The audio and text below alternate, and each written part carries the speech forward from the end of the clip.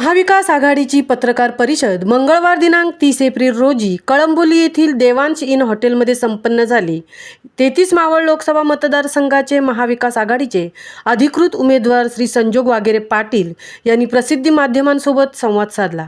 त्यांच्या समवेत महाविकास आघाडीतील मित्र पक्षांचे नेते माजी आमदार बाळाराम पाटील, शिवसेना नेते बबनदादा पाटील, काँग्रेस नेते महेंद्र घरत, राष्ट्रवादी शरद पवार गटाचे प्रशांत पाटील, पनवेल महानगरपालिका विरोधी पक्षनेते प्रीतम म्हात्रे, शिवसेना महिला जिल्हा समन्वयक कल्पना म्हात्रे, राष्ट्रवादी शरद पवार गटाच्या भावना घाणेकर आदी उपस्थित होते।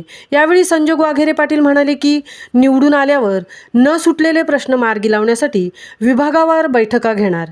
संजोग वाघेरे पाटील यांनी माध्यमांना सांगितलेले धोरण 33 मावळ लोकसभा मतदारसंघातील महाविकास आघाडीचे अधिकृत उमेदवार संजोग वाघेरे पाटील यांनी पनवेल नजीकच्या देवांशीन हॉटेलमध्ये झालेल्या पत्रकार परिषदेतून प्रसिद्ध माध्यमातील प्रतिनिधींशी संवाद साधताना सांगितले की लोकसभा सदस्य निवडून आल्यानंतर मी विभागावार बैठक घेण्याचे धोरण अवलंबणार आहे। प्रलंबित विषय आणि समस्या यावर प्रभावी तोडगा काढण्यासाठी मी कटिबद्ध आहे।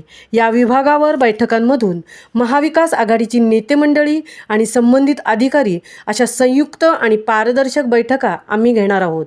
यामध्ये नैना प्रकल्प विरोध, विविध विकास प्रकल्पाकरता झालेले दोषयुक्त भूसंपादन, नवी मुंबई आंतरराष्ट्रीय विमानतळ नावाचा वाद, पनवेल महानगरपालिका जाचक मालमत्ता कर प्रकरण, मुंबई ऊर्जा मार्ग प्रकल्पात दिला जाणारा अल्प मोबदल्याचा विषय, पासपोर्ट कार्यालय खारघर येथे स्वतंत्र नोंदणी कार्यालय, पोस्ट ऑफिस रेल्वे स्टेशन समस्या व तक्रारी, अपुरा पाणीपुरवठा, वारंवार वीज खंडित पुरवठा, खाजगी शाळांतील शुल्काचा मुद्दा या मुद्द्यांना अग्रक्रम देणार आहोत।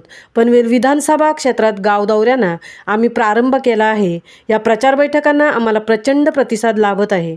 शिवसेना उद्धव बाळासाहेब ठाकरे पक्षाच्या समवेत शेतकरी कामगार पक्ष, काँग्रेस, राष्ट्रवादी शरदचंद्रजी पवार गट, समाजवादी पार्टी, आम आदमी पार्टी, सर्व अंगीकृत संघटना आणि मित्र पक्षांच्या पदाधिकाऱ्यांनी सुंदर समन्वय ठेवला असून मित्र पक्षांचे कार्यकर्ते, सेवाभावी संस्था, मित्रमंडळी, विविध संघटना एकदिलाने प्रचार करीत आहेत। महामुंबईसह मिलिंद खार पाटील, कळंबोली। याचा अर्थ काय होतो की आपण गाव घेत नाही, आता ते सगळ्यांना माहिती आहे 10% का किती टक्के ते मला नाही माहिती, परंतु या गोष्टी या लोकांपर्यंत माहिती आहे। आणि मी तुम्हाला सांगतो की ज्यावेळेस आपण म्हणजे कुठलंही इलेक्शन असू द्या, जवळजवळ म्हणजे 100 म्हणजे आपण साखर कारखान्याचे इलेक्शन असू द्या, बँकेचं इलेक्शन असू द्या, इतर जे काही सार्वजनिक क्षेत्रातले इलेक्शन असू द्या, तर बरीच नावं सेम असतात, परंतु या ठिकाणी मशाल ही एकच चिन्ह आहे। त्याच्यामुळं मशाल ही लोकांच्या लक्षात आहे आणि मशालीमुळं या ठिकाणी निश्चितच मला असं वाटतं की जरी त्यांनी रणीचा डाव खेळला असेल आणि शेवटी राजकारण हे कुठं उभं राहू शकतो असं काही नाहीये की बाबा म्हणजे ते उभे राहिले म्हणून आम्हाला काय हे होतंय, तर ते राहिले त्यांना त्यांच्यासाठी शुभेच्छा। परंतु लोकांना माहिती आहे की महाविकास आघाडीचा उमेदवार कोण आहे आणि त्यांनाही माझं अतिशय चांगल्या पद्धतीचा प्रतिसाद आहे।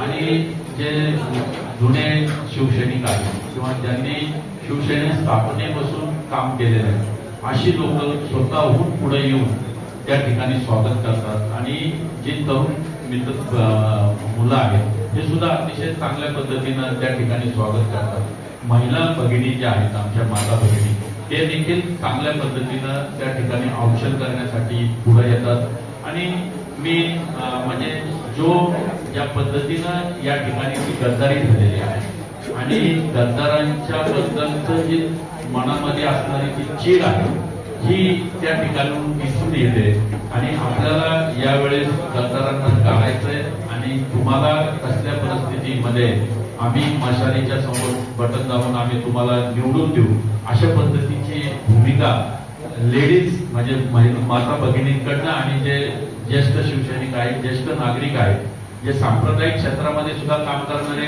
अनेक मान्यवर त्या ठिकाणी आहेत, तर त्यांचं देखील आपल्याला एक चांगल्या पद्धतीचा प्रतिसाद त्या ठिकाणी मिळत असतो।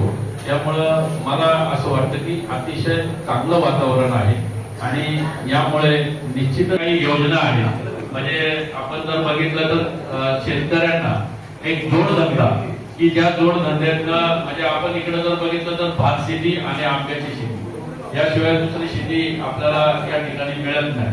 आणि या ठिकाणी त्या शेतकऱ्याला जोडधंदा कशा पद्धतीनं मिळेल, केंद्र शासनाच्या ज्या नवीन योजना आहेत त्या योजनेत कसं त्या शेतकरी बसेल आणि त्याला त्या ठिकाणी कशा पद्धतीने मदत होईल या दृष्टिकोनातून आम्ही त्या ठिकाणी प्रयत्न करणार आहोत.